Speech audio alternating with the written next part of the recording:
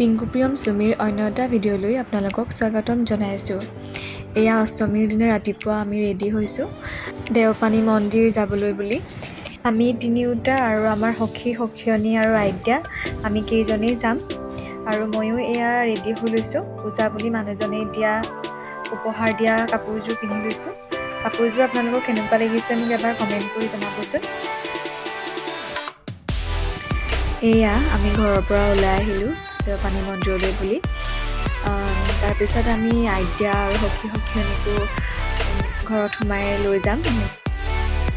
আৰু আপোনালোক সকলো চাগে দেওপানী মন্দিৰলৈ গৈছে। ভাল লাগে তাত গৈ, আৰু বিশেষকৈ দুৰ্গা পূজাৰ সময়ত গৈ খুব ভাল লাগে। সেইকাৰণে আমি এনেদৰে এবাৰ অষ্টমী পূজাৰ দিনাই যাম বুলি সকলোবোৰ ওলালোঁ।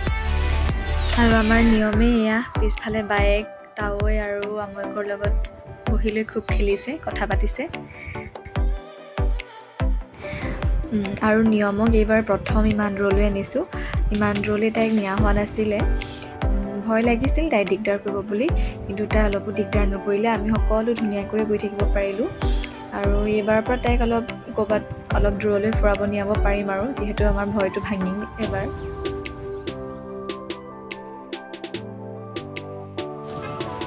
এয়া আমি দেওপানী দুৰ্গা মন্দিৰ পাই গ'লোহি। পাই লৈ পেলাই এয়া বুট মগু চাকি ধূপ কিনি লৈছোঁ। আৰু আপোনালোকে দেওপানী মন্দিৰলৈ আহি ৰঙা ৰছী বা ৰঙা ফিঠা বান্ধি পাইছেনে বাৰু? মই 4-5 বছৰমানৰ আগতেই আহিছিলোঁ দেওপানী মন্দিৰলৈ। তেতিয়াও ফিঠা বান্ধিছিলোঁ, কিন্তু এতিয়া আহিছোঁ যেতিয়া আকৌ দুডালমান খুলিবলগীয়াও আছে। সেইকাৰণে দুডালমান খুলিম, আকৌ দুডালমান বান্ধি থৈ যাম। সেইকাৰণে আমি সকলোৱে এনেকুৱা ৰঙা ফিঠা লৈ লৈছোঁ। এয়া নিয়মক ধুনীয়াকৈ এখন গামোচা দি দিছোঁ, পিন্ধি আছে তাই। আৰু আমি সকলোৱে শৰাইৰ কাৰণে বস্তু কিনি ল'লোঁ।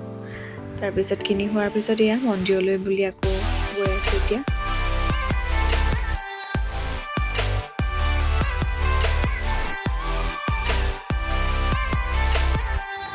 আমি দেওপানী মন্দিৰ পাওঁতেই 3টামান বাজিলে। তেতিয়ালৈ মানুহৰ ভিৰটো অলপ কমিছে, যিহেতু আগবেলা বেছি মানুহ হয়। আমি মানুহ ইমান নাপালোঁ। আৰু এয়া দেওপানী দুৰ্গা মন্দিৰৰ ভিতৰলৈ আমি সোমাই গৈছোঁ। সোমাই একদম পৰিৱেশটো খুব ভাল লাগে, খুব নিজান পৰিৱেশ। সোমাই মনটো ভাল লাগি যায়। আৰু আপোনালোকৰ যদি কোনোবা দেওপানী দুৰ্গা মন্দিৰ অহা নাই, এবাৰ ইয়ালৈ নিশ্চয় আহিব। আহিলে গম পাব, খুব ভাল লাগে। আৰু কিবা যদি মনোকামনাও পূৰণ কৰিব লগা থাকে, ইয়াত আপুনি এনেকৈ আহিলে আপোনাৰ মনোকামনা পূৰ হ'ব। এইখিনিয়ে চাকি দিয়া ঠাই। ইয়াত সকলোৱে চাকি জ্বলাব পাৰে এনেদৰে। আৰু ইমানেই ভক্ত হয় ইয়াত, একেবাৰে চাকি দিবলৈ ঠায়েই নাই। মই চাকি ধূপ জ্বলাই ল'লোঁ। তাৰপিছত এয়া মানুহজনেও এনেদৰে চাকি ধূপ জ্বলাই লৈছে। যিহেতু আমি এটাকহে পাৰোঁ, এটাই নহ'লে এটাই আকৌ নিয়মক ধৰি থাকিব লাগে। সেইকাৰণে মই জ্বলাই খোৱাৰ পিছত এয়া মানুহজনে চাকি জ্বলাইছে।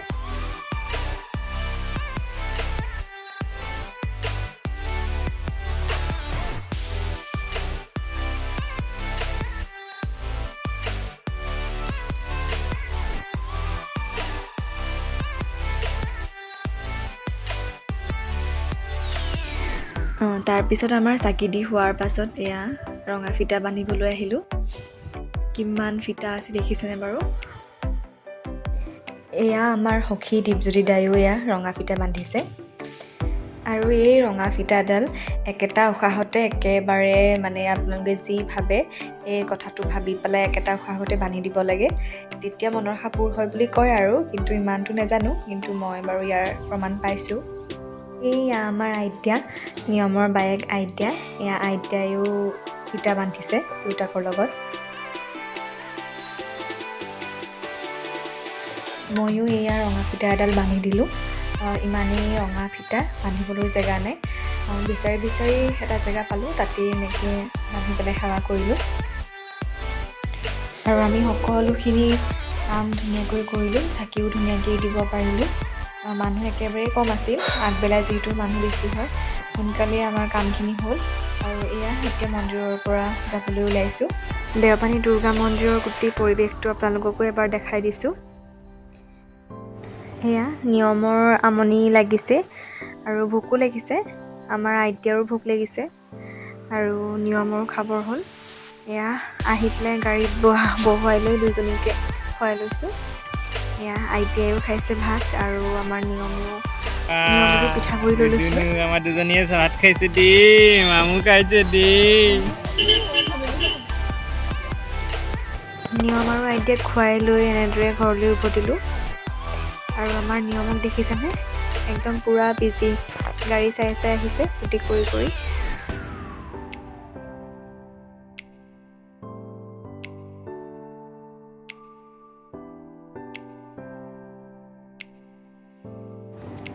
ঘৰলৈ আহি থাকোঁতে এয়া ৰাতিয়ে হ'ল।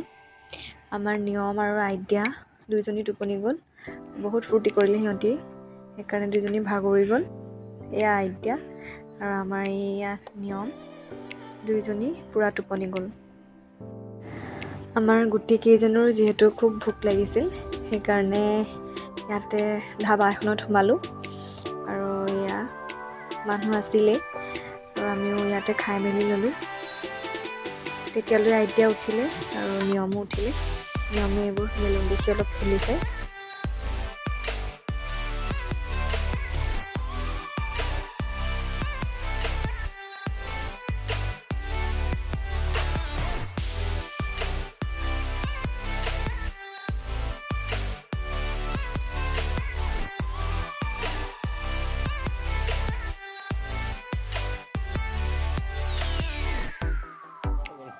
আমাৰ নিয়মে পিতাকৰ কোচত থাকি খুব ভাল পায়।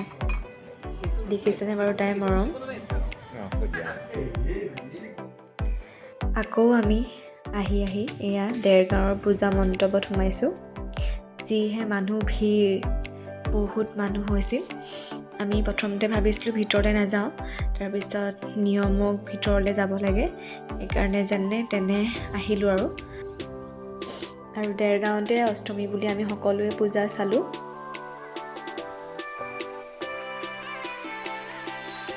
আৰু সেয়া আমাৰ আইতা, ইমান ভিৰৰ মাজতো আমাৰ আইতা আৰু নিয়মে খুব ফূৰ্তি কৰিছে দুইজনীয়ে।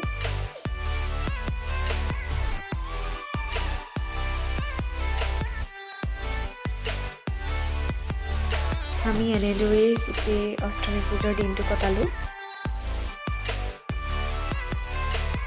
আমাৰ এই ভিডিঅ'টো কেনেকুৱা লাগিল আপোনালোক সকলোৱে জনাব।